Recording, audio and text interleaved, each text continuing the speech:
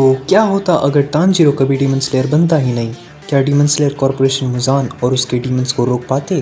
तो चलो जानते हैं what if Tanjiro never become a demon slayer. हमारी स्टोरी कैसे आगे बढ़ती है विदाउट आवर मेन कैरेक्टर, कैसे पूरी स्टोरी ही पलट जाएगी और कैसे जेनित्सु और इनोसुके आगे बढ़ते हैं स्टोरी में, क्योंकि विदाउट तानजीरो स्टोरी में काफ़ी चेंजेस होने वाले हैं। तो चलो मानते हैं कि मुजान ने कभी तानजीरो के फैमिली को मारा ही नहीं, तो फिर तानजीरो के पास कोई मोटिव नहीं है रिवेंज लेने का और वो डीमन स्लेयर बनता ही नहीं और वो एक नॉर्मल ऑर्डिनरी लाइफ जीता और वो battle against D hand demon Inosuke और जेनित्सु लड़ते, क्योंकि तानजीरो यहाँ पे है नहीं। और इसी तरह वो पहली बार एक दूसरे से मिलते, हालांकि उनका रिलेशन मतलब ज़्यादा स्ट्रॉन्ग नहीं होता, वियर्ड सा ही रहता, क्योंकि आप जानते ही हो इनोसुके हर डीमन से लड़ना चाहता है, वहीं जेनित्सु हर डीमन से डर के भागता है। बट एट द एंड वो लोग समझ जाते कि उनका बस एक कॉमन एनिमी है जो कि है डीमंस। तो इसी तरह फाइनल सिलेक्शन होता और वो दोनों निकल जाते फाइनल सिलेक्शंस पास करके। इनोसुके और जेनित्सु अपने पहले मिशन पे जाते जहां वो रेस्क्यू करते द लॉस्ट सिबलिंग्स को, जहां वो ड्रम डीमंस के अगेंस्ट फाइट करते, क्योंकि बट यहाँ लड़ाई आसान नहीं होती विदाउट तानजीरो, क्योंकि इनोसुके और जेनित्सु बिल्कुल एक दूसरे से अलग हैं। But at the and Zenitsu अपने एज ऑलवेज बेहोश होकर एक थंडर ब्रीडिंग का इस्तेमाल करता और ड्रम डीमन का काम तमाम कर देता।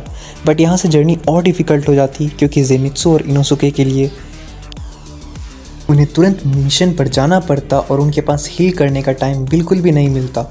तो रुई और उसके फैमिली को हराना आसान नहीं होता इनोसुके और जेनित्सु के लिए, क्योंकि विद तानजीरो भी ग्यू की हेल्प लिए नहीं हरा पा रहे थे। तो उनका इंडिविजुअल बैटल तो सिमिलर ही रहता, बस जब तक वो रियू को फेस करेंगे तब ऑलमोस्ट वो हार जाएंगे, क्योंकि रियू एट द टाइम उनसे ज़्यादा स्ट्रॉन्ग था, प्लस उसके इंस्टिंक्ट उससे बेटर थे। जब तक ग्यू आता मे बी इनोसुके और जेनित्सु का ये हाल देख के वो और ज़्यादा डिप्रेस्ड हो जाता अपने कॉमरेड्स को ऐसे मरता हुआ देखकर। बट अगर इनोसुके और जेनित्सु यहाँ बच जाते because of Giyu water breathing technique, but still उन्हें मेजर इंजरीज होती जिसे रिकवर करने के लिए उन्हें बहुत ज़्यादा टाइम लगता। और क्योंकि तानजीरो नहीं है तो हमारे मेन कैरेक्टर्स यानी इनोसुके और जेनित्सु के पास प्लॉट आर्मर भी नहीं होता, जो उनके पास अक्सर रहता था क्योंकि तानजीरो उनके साथ रहता था। इसके बाद मुर्गन ट्रेन में बैटल अगेंस्ट इनमू बहुत ज़्यादा टफ हो जाता इनोसुके और जेनित्सु के लिए। बट क्योंकि वहाँ पे रेन गोकू था तो वो हारते तो नहीं, बट उनका बहुत ज़्यादा स्टेमिना और एनर्जी वेस्ट हो जाता। और एट द एंड उनका लक इतना ख़राब था कि उसी टाइम पे अकाज़ा वहाँ पे अपनी एंट्री मारता और रेन गोकू और अकाज़ा की एक बहुत अच्छी लड़ाई होती जैसे नॉर्मल स्टोरी में भी थी।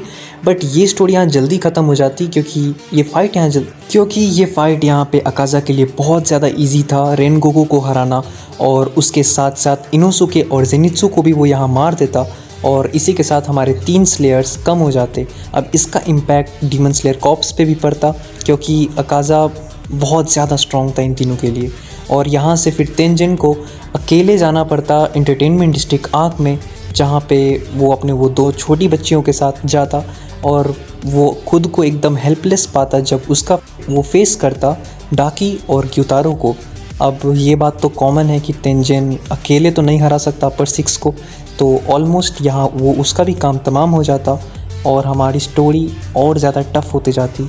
बट मरते वक्त तेंजिन अपने क्रो के थ्रू मैसेज पहुँचा देता डीमन स्लेयर हेडक्वार्टर्स तक, और यही मैसेज मुजान के पास भी पहुँच जाता थ्रू अपर 6, और मुजान अपने पूरे डीमंस को लेके जाता डीमन स्लेयर्स के हेडक्वार्टर पे अटैक करता और ऑलमोस्ट सारे स्लेयर्स और हाशिरास को मार देता, क्योंकि अपर रैंक्स के सामने तो हाशिरा भी एकदम फीके पड़ जाते और डीमन स्लेयर जो भी उनके सामने उनके रास्ते में आता वो सब मारे जाते। और इस तरह से मुजान और उसके अपर रैंक्स की जीत होती, और ये इस दुनिया का डीमन स्लेयर्स का स्टोरी जो है वो और ज़्यादा नाइटमेयर्स हो जाता सिविलियंस के लिए और ज़्यादा डार्क हो जाता, क्योंकि at the end I think मुजान जीत जाता, उसे ब्लू स्पाइडर लिली भी मिल जाती। हालांकि उसकी एक अलग थ्योरी है, मैं वीडियो में कवर करूँगा। बट यहाँ मुजान की जीत के साथ साथ ये और ज़्यादा डार्क हो जाता ये डीमन स्लेयर की दुनिया और सिविलियंस के लिए एकदम नाइटमेयर सा हो जाता। खैर मेरे पास एक और थ्योरी है, थ्योरी नंबर 2।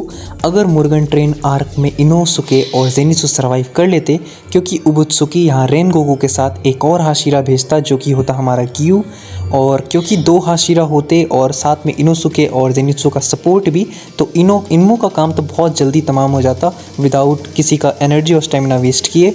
बट अकाज़ा को तो तब भी वो हरा नहीं पाते, बट स्टिल सनराइज़ होने तक उसे होल्ड करके रख देते क्योंकि यहाँ पे 2 हाशिरास थे। तो जब तक सनराइज़ होता अकाज़ा या तो मारा जाता या तो बच के भाग निकलता, जो कि मोस्ट प्रोबेबली मेरे को यही लगता है कि बच के भाग जाता क्योंकि वो अपर रैंक 3 है, इतनी जल्दी मरता भी नहीं। और इसी के साथ हमारे स्लेयर्स बच जाते और 2 हाशिरा जो रेनगोकू भी बच जाता, और फिर एंटरटेनमेंट डिस्ट्रिक्ट आर्क में टेंजन के साथ साथ हमारा रेनगोकू तांजीरो को रिप्लेस करता। और यहाँ से स्टोरी और ज़्यादा टर्न लेती क्योंकि यहाँ डाकी और ग्योतारो के सामने एक नहीं 2 हाशिरास थे प्लस इनोसुके और जेनित्सु का सपोर्ट होता, जिसकी वजह से ग्योतारो और डाकी को उन्हें हराने में ज़्यादा प्रॉब्लम फेस नहीं करना पड़ता। हालांकि बैटल अच्छी होती but at the and upper 6 मारा जाता।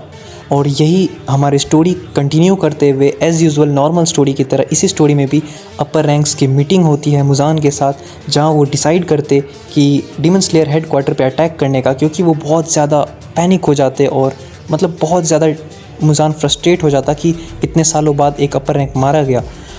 और जब वो डीमन स्लेयर हेड क्वार्टर पे अटैक करते तो उन्हें काफ़ी सारे डीमन स्लेयर्स का सामना करना पड़ता, काफ़ी सारे डीमंस और डीमन स्लेयर्स मारे जाते, काफ़ी सारे अपर रैंक्स भी इंजर्ड हो जाते और हाशिराज भी कुछ तो मारे जाते और कुछ फेस करते, क्योंकि हाशिरा के पास एक एडवांटेज था कि उनके पास टीम वर्क था और इसी टीम वर्क के थ्रू वो लोग सनराइज़ होने तक सर्वाइव कर लेते। काफ़ी सारे हाशिराज सर्वाइव कर लेते, कुछ मारे भी जाते और इस तरह मुजान और डीमंस को हाइड होना पड़ता, या शायद वो मारे भी जा सकते थे क्योंकि सनराइज़ हो जाता।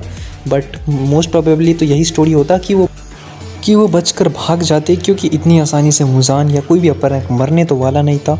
बट स्टिल वो हाइड हो जाते एकदम और शायद कई सालों बाद वापस आते, क्योंकि वापस से प्लानिंग करने, और दोनों साइड के हाशिराज या फिर अपर मून्स इंजर्ड भी होते इस फाइट में। तो आज की वीडियो यहीं एंड करते हैं। और क्या तुम्हें जानना है कि क्या होता अगर तांजीरो के फादर भी एक स्लेयर होते या फिर अकाज़ा भी वुमेंस को डिवोर करता?